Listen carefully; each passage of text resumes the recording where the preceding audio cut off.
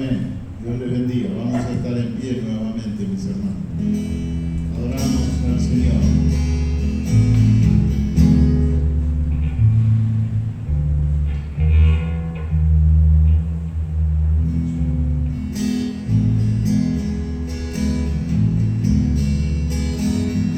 Quiero adorarte, mi Señor,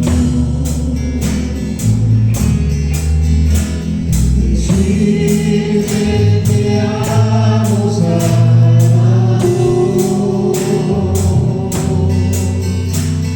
Tú eres mi fuerza, sostienes mi vida.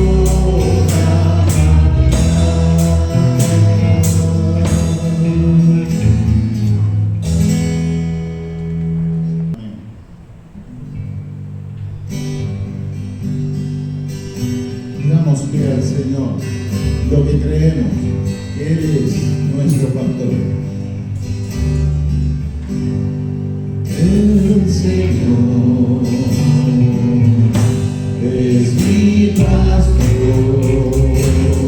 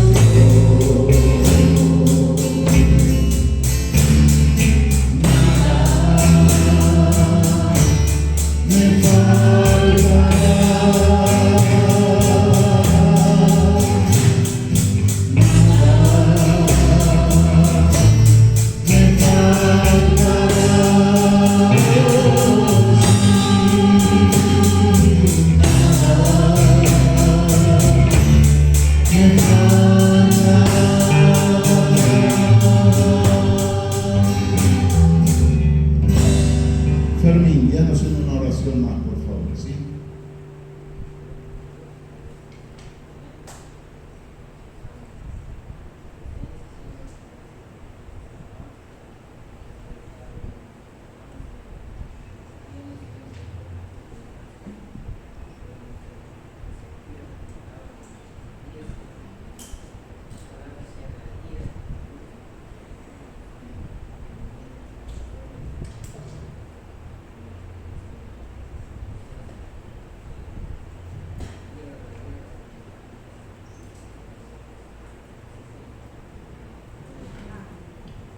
Tomen sus asientos, mis hermanos. Damos gracias a Dios por este precioso día que nos ha regalado el Señor. Le damos gracias a Dios la oportunidad que tenemos de poder estar en su casa. ¿Está contento, mi hermano? ¿Está contento que está en la presencia del Señor? ¿Está contento que puede alabar y glorificar su nombre con completa libertad? Abrir su corazón y expresarle al Señor lo que hay en su vida, lo que hay en lo más profundo de su sentir hacia el Señor Jesús por la obra que Él ha hecho en cada uno de nosotros. Hoy quisiera hablarles de un tema que el título del mensaje es La morada de Dios. ¿Qué entendemos por morada? Cuando yo le digo la morada de Dios, ¿qué entiende usted? El hogar, muy bien, la casa, el lugar donde habita. ¿Y es importante ese lugar, mis hermanos? ¿Es importante para usted? ¿Cómo se siente usted en su morada? Baja un poquito el volumen porque está acoplando.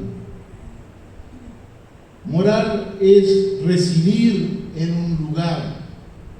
Me voy a mi morada, me voy al lugar donde yo habito, donde estoy yo con mis seres queridos, el lugar que Dios me ha regalado, me ha dado, me ha permitido estar junto a toda mi familia. Esa es la morada. Es un lugar agradable donde es lindo estar. ¿Es lindo estar en su casa?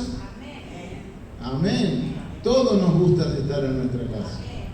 A veces puede estar un poquito desordenada, lo que sea, pero es nuestro hogar, es nuestro techo. Es el lugar donde con total libertad podemos estar. Nos sentimos cómodos en él. ¿Usted se siente cómodo en su casa? Amén, claro que sí. Claro que sí que nos sentimos cómodos. Tenemos lo que deseamos en la medida de lo que podemos acceder.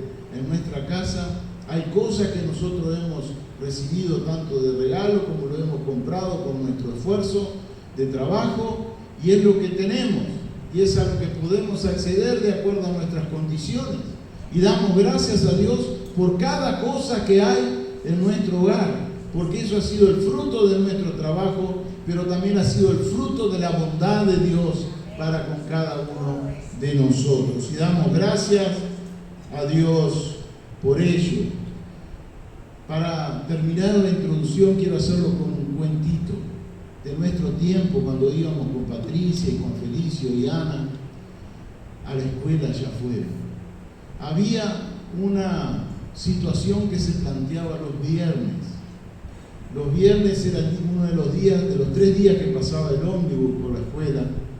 Entonces, como nosotros íbamos en petizos, cada uno tenía su petizo. Entonces, lo agarramos, lo ensillábamos y nos íbamos a la escuela. Y volvíamos de la escuela con los petizos.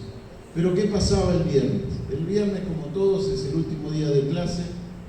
Se nos permitía también venir en el ómnibus. Y para nosotros venir en el ómnibus era como sacar un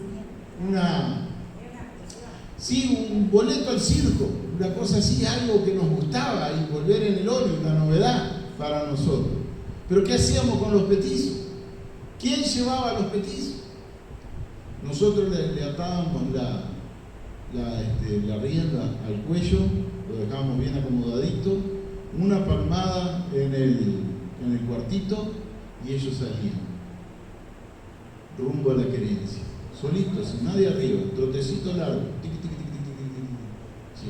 Cuando llegaban al portón de donde nosotros teníamos que entrar para ir para nuestra casa, ahí se plantaban los petizos y esperaban que nosotros llegáramos en el ómnibus. Ahora, ¿por qué esto? animal quiere volver a la querencia. Sabe dónde es la querencia. Y si usted da un caballo de noche, usted se pierde, déjelo solo. Él va solo a la querencia. Él lo lleva solo al lugar donde usted vive. Porque ama, porque quiere, porque se acostumbró a ese lugar, porque conoce ese lugar. El título del mensaje de hoy es La morada de Dios. Le reitero para que todos tengan presente esto.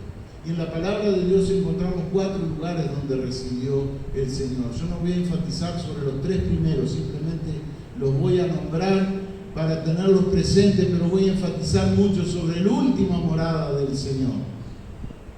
El primer lugar donde Dios, a través de los tiempos, estuvo, es el tabernáculo o el santuario. Ahora Jennifer le va a poner una imagen ahí y van a ver a lo que me estoy refiriendo. El tabernáculo o santuario lo podemos ver en Éxodo 25, 1 al 2 y 8 al 9. Ahí está la descripción del tabernáculo de Dios. Y podemos ver su descripción, cómo lo tenían que hacer y todas esas cosas. Ese era el lugar donde Dios se manifestaba al pueblo de Israel. Contaba con 3 secciones: el patio exterior, el patio interior y el lugar santísimo. El lugar santísimo es en aquel lugar donde está todo cerrado. Cuando usted entraba al lugar santo. Después del lugar santo, por dentro de eso que usted ve ahí, había un velo que separaba el lugar santísimo. En el lugar santísimo estaba el arca y ahí se manifestaba el Señor. El mobiliario del templo tenía del tabernáculo un altar de bronce, una fuente de bronce, mesa para el pan de la propiciación, candelabros de oro, altar del incienso y el arca del pacto. El arca del pacto estaba dentro del lugar santísimo. Y junto con el arca del pacto estaba el propiciatorio también. La tapa del arca era de oro macizo, se la llamaba el propiciatorio. Sobre ella se derramaba la sangre de los sacrificios a través del sumo sacerdote. Encima del propiciatorio y en la misma estructura maciza, los querubines, que si ustedes miran la foto van a ver con alas dirigidas uno hacia el otro y tapando ese lugar. Encima del propiciatorio y en una misma estructura maciza, los querubines. Por encima de todo el ornamento del arca moraba el Shekinah, la nube de la gloria de Dios, que era la manifestación de su presencia. Cuando el sumo sacerdote, que entraba una vez al año a este lugar, traía la sangre de los corderos derramada anteriormente, cuando se hacía el sacrificio, la derramaba sobre el propiciatorio y ahí presentaba los pecados del pueblo y Dios se manifestaba a través de una nube. El pueblo que rodeaba el tabernáculo podía ver por la nube que se manifestaba en ese lugar a lo que se le llamaba Shekinah. Ustedes, hay una canción que por ahí la estarán escuchando que habla de Shekinah, que demuestra la presencia de Dios en ese lugar. Era un lugar, el lugar santísimo, un lugar donde, les vuelvo a repetir, el sacerdote entraba una vez al año y si tenía pecado en su vida, moría instantáneamente.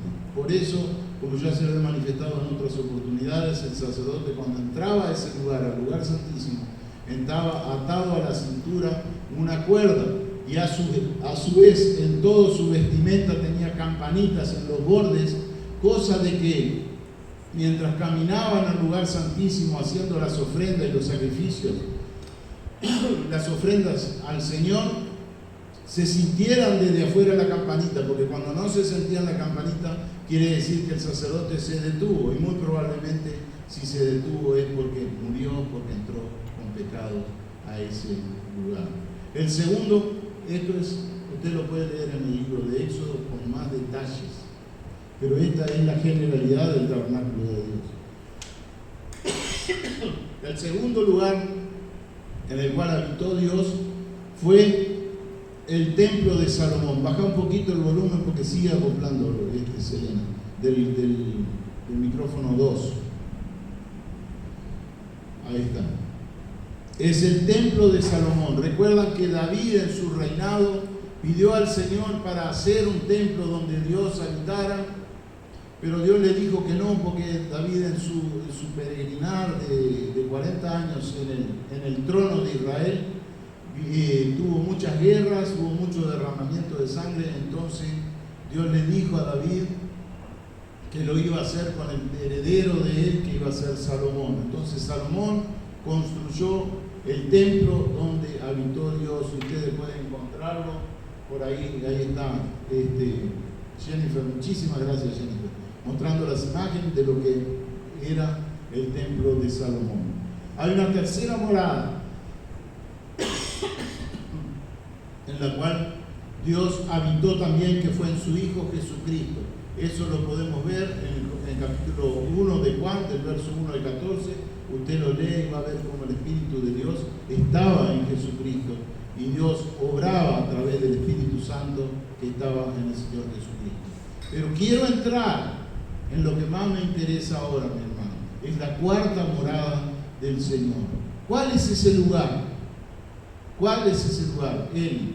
Nuestra vida, templo del Espíritu Santo. Nuestro cuerpo es templo del Espíritu Santo. Nuestra vida, nuestro cuerpo es templo del Espíritu Santo. Por lo tanto, es el lugar donde Dios habita, porque nosotros sabemos que el Espíritu de Dios es Dios.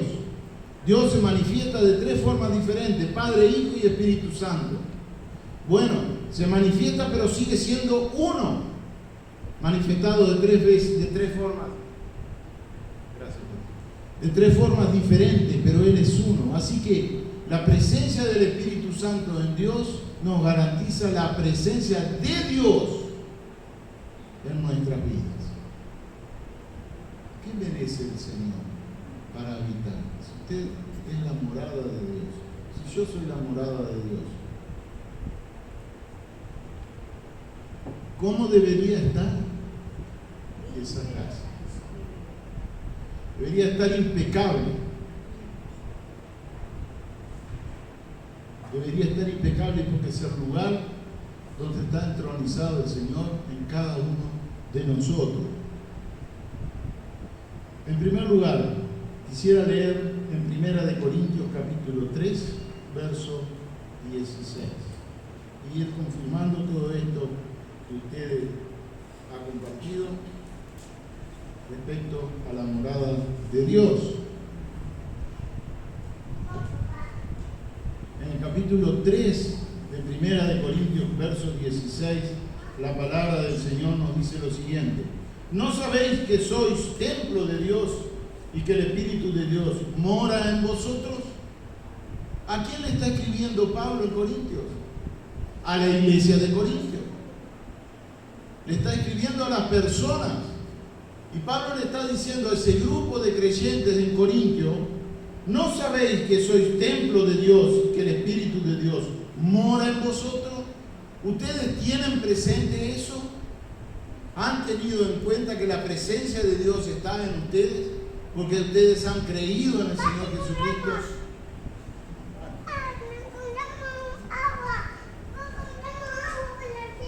Muchas gracias. Muchas gracias.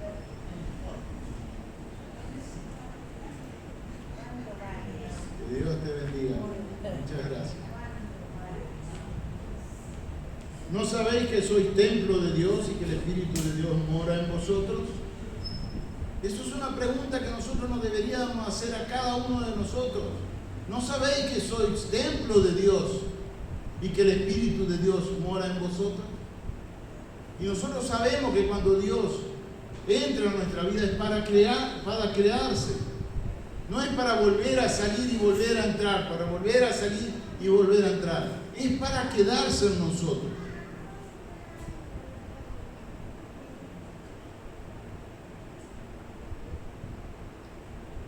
Así que Dios habita en su templo, que es la iglesia, que somos nosotros los creyentes. En segundo lugar, 1 Corintios, seguimos un poquito más adelante, capítulo 6,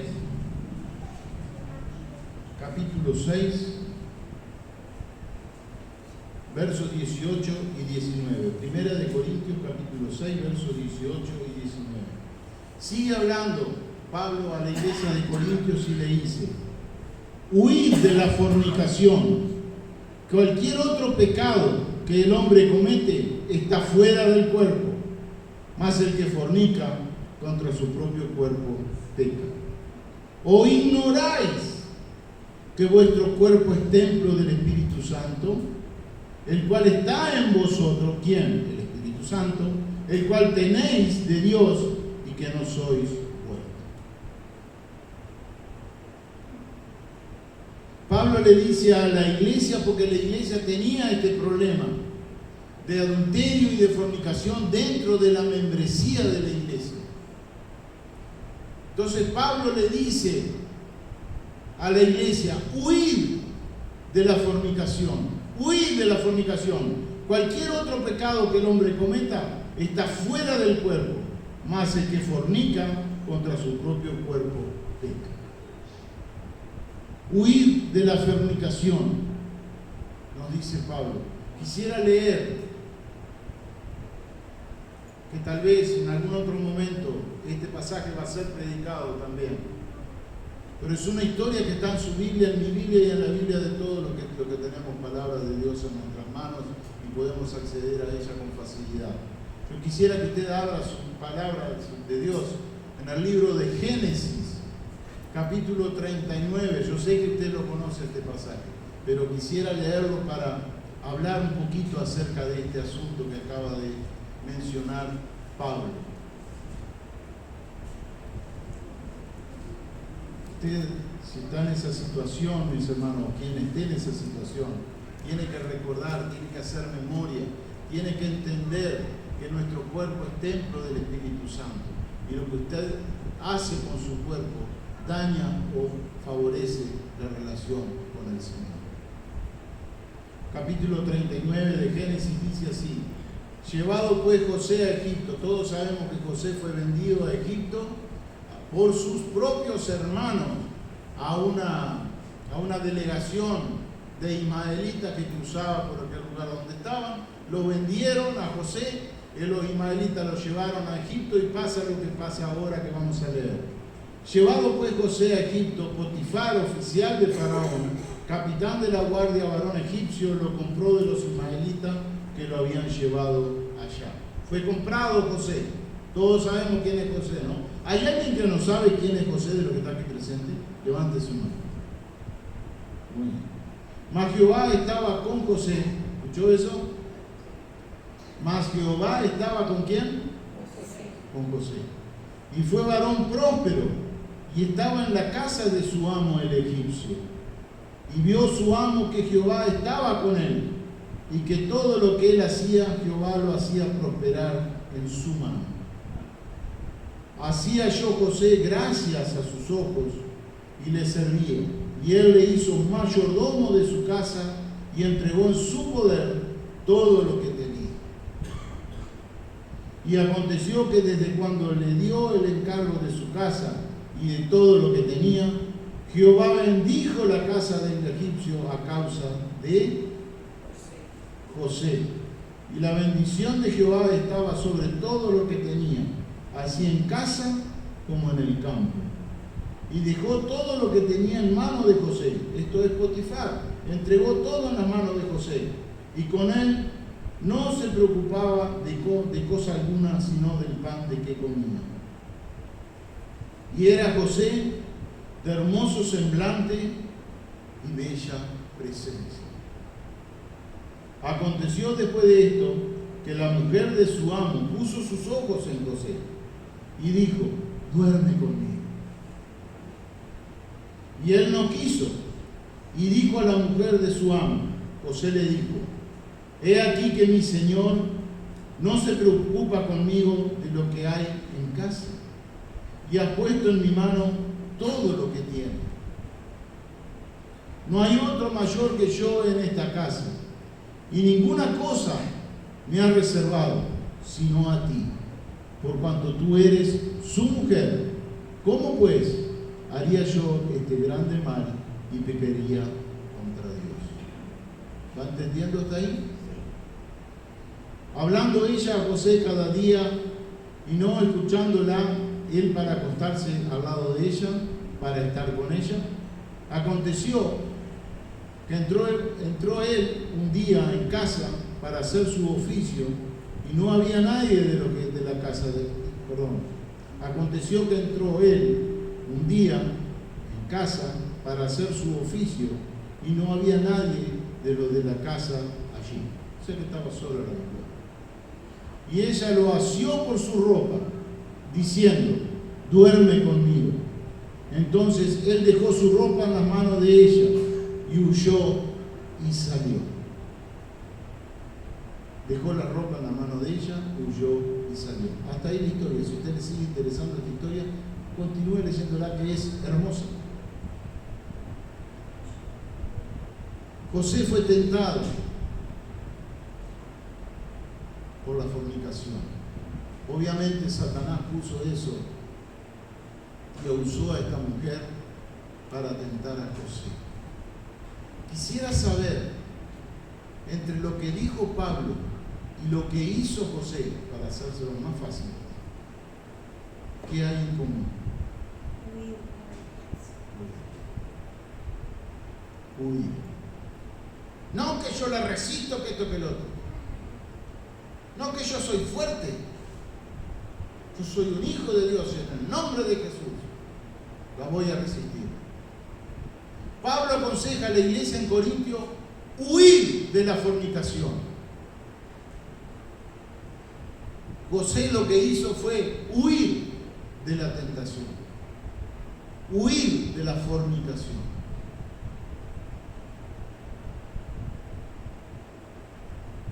Y esto no tiene que quedar grabado a fuego, mi hermano.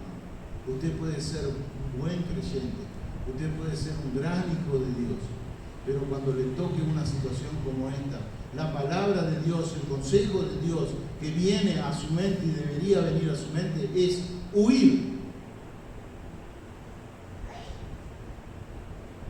Si usted empieza a coquetear con eso, va a caer. Va a caer. Y Dios dice en su palabra: mira al que esté firme, que no caiga. No te pongas orgulloso ni soberbio, sino actúa con humildad. Si el consejo de Dios dice que debemos huir de esto, debemos huir de esto. Porque el daño que te puede causar y causar a tu familia y a donde están tus alrededores es muy, muy serio. Si estás casado, te puede costar el matrimonio, te puede costar la confianza de tus hijos, te puede costar la futura confianza que tu esposo o esposa pueda tener en ti, sea un caso, sea el otro. Huye y no serás ningún cobarde, porque estás bien visto a los ojos de Dios, porque estás actuando con obediencia al Señor, porque el consejo de Dios es huir. Acá no es me paro firme, me pongo toda la armadura de Dios. No, acá es irse. ¿Quedó claro, mi hermano? Amén. Segunda de Corintios, capítulo 6, verso 16. Vamos a ese pasaje y vamos a seguir. El primero, dijimos que la morada de Dios es en su iglesia, a través de los hermanos, en cada uno de los hermanos. Después dijimos en cada uno de los santos de la iglesia. Porque nosotros muchas veces decimos que donde hay 2 o 3 congregados en mi nombre, ahí estoy yo en medio de ellos. Dios está paseándose en este lugar, pero también está dentro de cada uno de nosotros que hemos tomado la decisión. Por algo Juan en su carta a la iglesia le dice: he aquí yo estoy a la puerta y llamo. Si alguno oye mi voz y abre la puerta de su corazón, yo entraré a él y cenaré con él y él conmigo. Cuando Juan escribe esa carta a la iglesia, en el Apocalipsis, una de las 7 iglesias, está dando a entender a la iglesia que Dios lo han dejado afuera de la iglesia. Muchas de las personas que están ahí adentro congregándose han dejado a Dios afuera han seguido otros principios, otras doctrinas. Dios está afuera, pero sin embargo en su misericordia, en su bondad, en su generosidad Dios, y porque Él es bueno, golpea tu corazón aún, para que tú le des el permiso de entrar en ti, y morar en ti, y generar un vínculo contigo. De esa manera quiere actuar Dios en tu vida. Segunda de Corintios 6, 16, dice así: y habitaré, 16, ¿y qué acuerdo hay entre el templo de Dios y los ídolos? Porque vosotros sois el templo del Dios viviente. Como Dios dijo, habitaré y andaré entre ellos, y seré su Dios, y ellos serán mi pueblo. Leemos un poquito más para entender el concepto. No os unáis en yugo desigual, verso 14, con los incrédulos, porque ¿qué compañerismo tiene la justicia con la injusticia? El consejo de Dios. Este es el consejo que Dios puso en el corazón de Pablo para que lo escribiera a la iglesia de Corintios. Y las palabras que Pablo pone para esa iglesia, porque había esos problemas: no os unáis en yugo desigual con los incrédulos. ¿Por qué? Porque ¿qué compañerismo tiene la justicia con la injusticia? No voy a ampliarme acá, mis hermanos, porque hay mucho para hablar de esto. Y la palabra de Dios dice: ¿qué compañerismo hay en usted que cree en el Señor Jesucristo y su esposa o esposa que no cree en el Señor Jesucristo, su novio que no cree en el Señor Jesucristo? ¿Cuándo van a hablar de las cosas espirituales? Si no reina el mismo espíritu en cada corazón. ¿Y qué comunión la luz con las tinieblas? ¿Y qué concordia Cristo con Belial? ¿O qué parte el creyente con el incrédulo? ¿Y qué acuerdo hay entre el templo de Dios y los ídolos? ¿Y qué acuerdo hay entre el templo de Dios y los ídolos? Porque vosotros sois del templo de Dios viviente, como Dios dijo: habitaré y andaré entre ellos, y seré su Dios, y ellos serán mi pueblo. Debemos quitar de nuestro corazón todo aquello que puede estar y que deshonre el nombre de Dios. Hagámonos personas, vivamos en santidad. Qué difícil es difícil. Pero usted tiene un Dios de lo imposible. El Dios que mora en su corazón es el Dios de lo imposible. Todo lo que para el hombre es imposible, para Dios no. Entonces, vivirlo o no vivirlo va a depender de su relación personal con Dios. Seguimos. El Espíritu Santo fue prometido a los santos de Dios. Fíjense lo que dice la palabra de Dios en el libro de Ezequiel, un pasaje hermoso, mi hermano. Ezequiel capítulo 36, verso 27. Dice así: y pondré dentro de vosotros mi espíritu, y haré que andéis en mis estatutos y guardéis mis preceptos, y los pongáis por obra. Esas son las palabras del profeta Ezequiel al pueblo de Israel.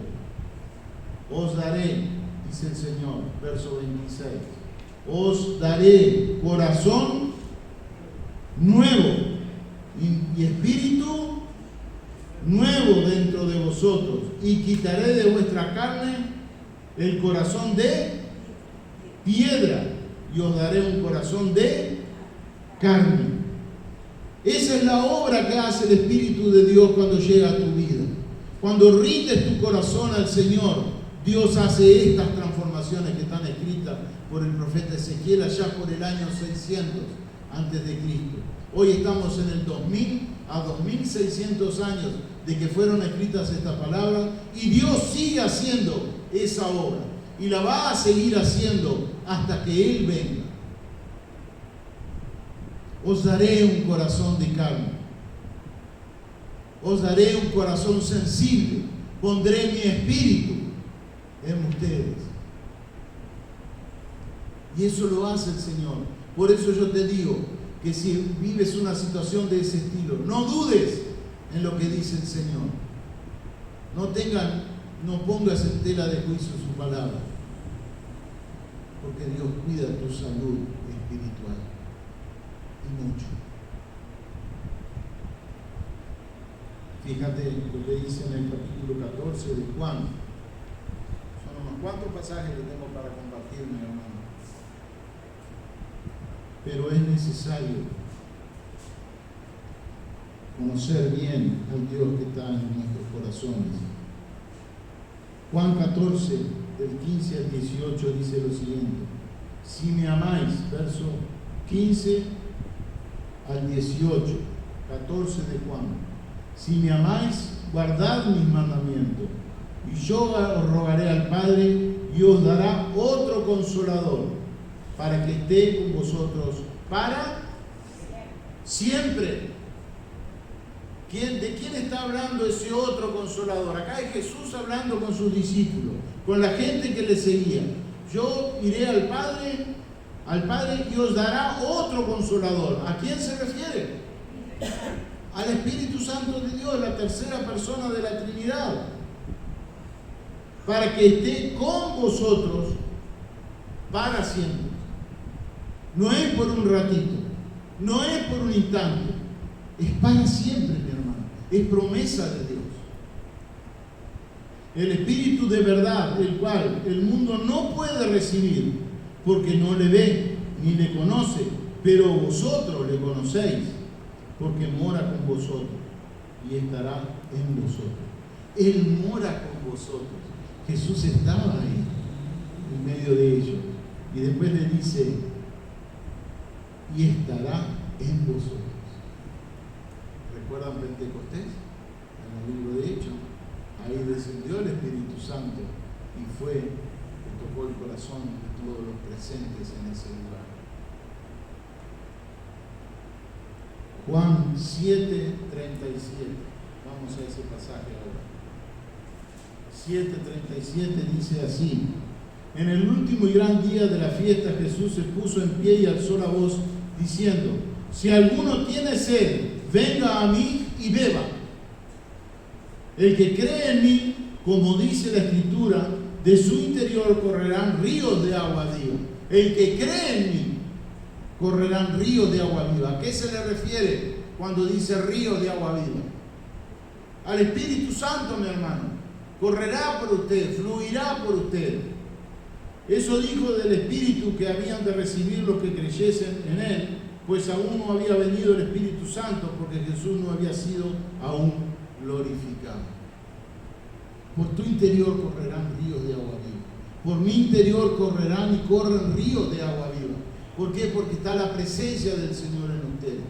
¿Cómo está su morada? Para no perdernos un poco del título del mensaje ni de lo que estamos predicando. ¿Cómo está su morada? ¿Corre el río como agua viva? ¿O todavía hay impureza? ¿Anda algún castor haciendo represa en ese lugar y no dejando que el agua fluya con naturaleza? ¿Cómo está su morada? Digna de ser habitada por Dios. Amén. Gloria a Dios. No lo tome como algo personal, sino para que usted reflexione. Es una ayuda a la reflexión, no es una crítica. No lo tome bajo ningún concepto, pero es la realidad de la palabra de Dios. Es lo que dice la palabra de Dios.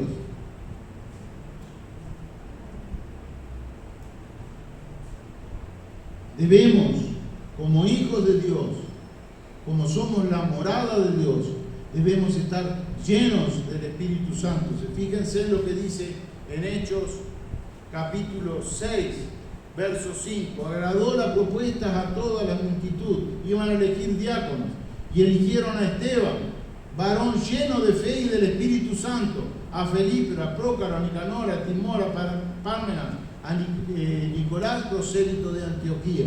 Hicieron la elección de personas que pudieran servir en la iglesia. ¿Cuáles eran las características de esas personas? Las dice acá: varones llenos de fe y del Espíritu Santo. Llenos de fe y llenos del Espíritu Santo. Personas que creían realmente en Dios. Y Esteban es una muestra de eso. Capítulos posteriores, en el capítulo 9, van a ver la ejecución de Esteban. ¿Por qué? Por predicar la palabra y por vivir una vida de santidad y llevar el Evangelio a otras personas. Pero ¿cómo era y cómo lo llevó a Esteban y a los otros estar siendo servidores del Señor en el templo? La fe y la presencia abundante del Espíritu Santo en ellos.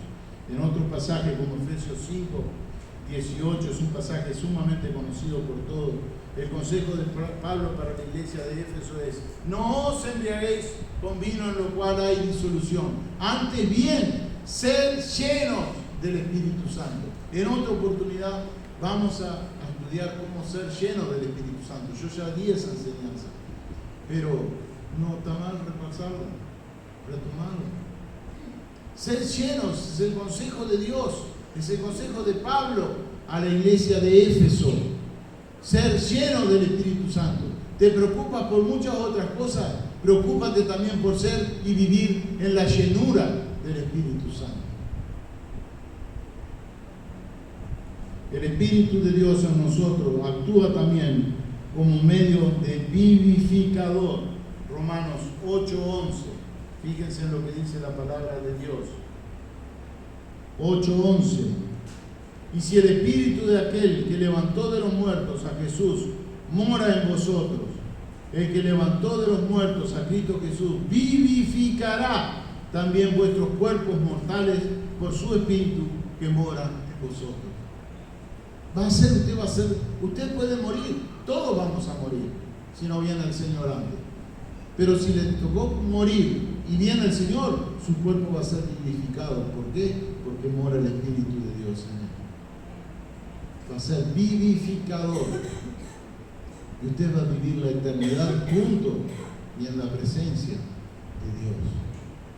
Es importante esto, mi hermano. Es algo a futuro, es una promesa a futuro, pero es una promesa de alguien que promete y cumple. Y alguien que ya mostró la resurrección a través de su Hijo Jesucristo.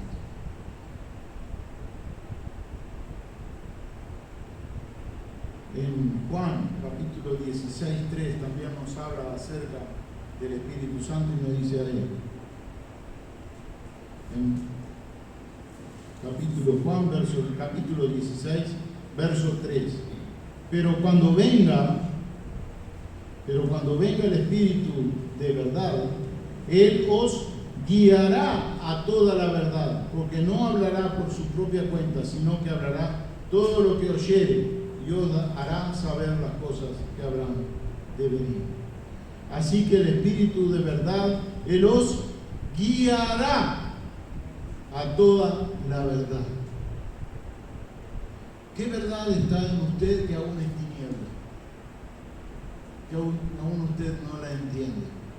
Recurre al Espíritu Santo de Dios, porque Él le guiará a toda la verdad y traerá palabra para que tengan entendimiento de las cosas que no entienden.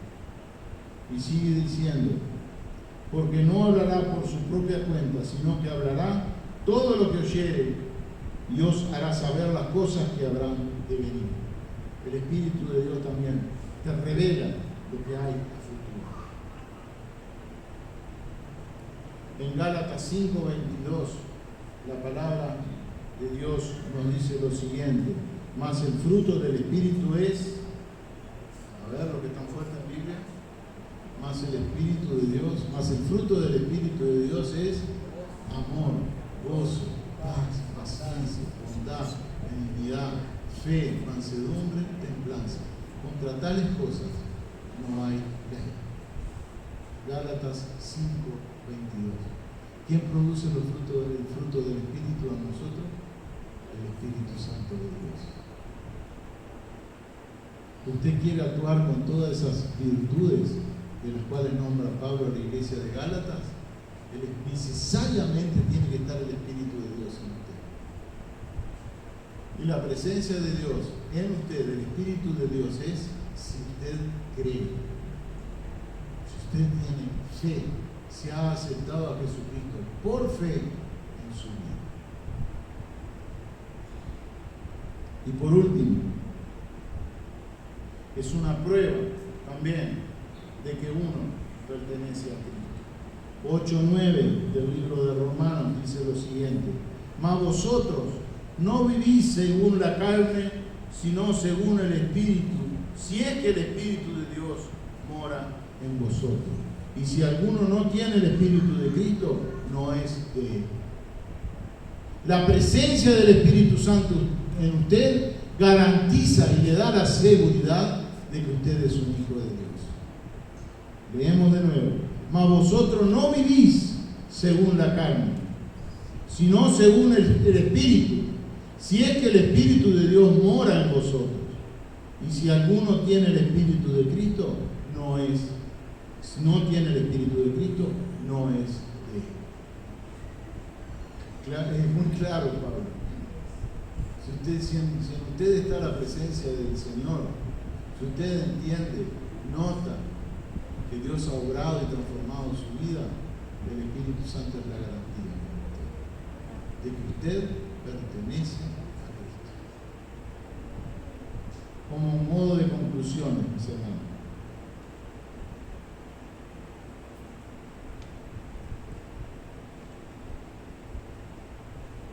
Queremos que el Espíritu de Dios more en nosotros, entonces debemos ofrendar nuestras vidas voluntariamente, sabedores de que Dios conoce nuestro corazón y nuestros pensamientos. Todo en las manos de Dios. Una ofrenda agradable delante de Dios. Me entrego a ti, Señor, todo mi ser. No empiece a escatimar, no empiece a negociar con el Señor, no empiece a ponerse un poco pesado con el Señor. Es todo. Todo, pero yo esta parte no, porque la verdad que me gusta. No. Y mire que hacemos eso en nuestra vida, mis hermanos. Póngase a pensar por un momento. Póngase a pensar. No, yo soy súper santo. Tenga cuidado, mis hermanos. Tenga cuidado. Segundo, debemos cuidar viviendo una vida de santidad, como los sacerdotes, dedicar tiempo a Dios. Los sacerdotes eran los levitas de la tribu de Leví, que estaban dedicados al templo y a las cosas espirituales. Esa conducta la debemos tener en nuestra vida. ¿Y por qué la podemos llevar y llevar a cabo? Porque el Espíritu de Dios está en nosotros y nos permite poder vivir una vida de santidad, porque Él te da las fuerzas para poder hacerlo. ¿Amén?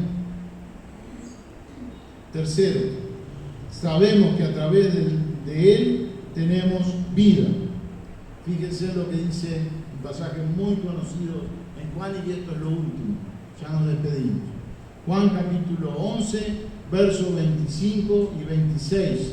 Seguramente muchos lo conocen de memoria. Le dijo Jesús: yo soy la resurrección y la vida.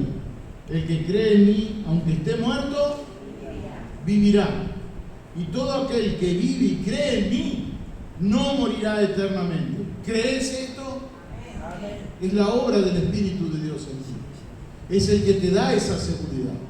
Que aunque partas a la eternidad, vas a ser resucitado por el Señor Jesucristo. Y en su presencia vivirás por la eternidad. Que Dios te bendiga, mis hermanos. Reflexiona.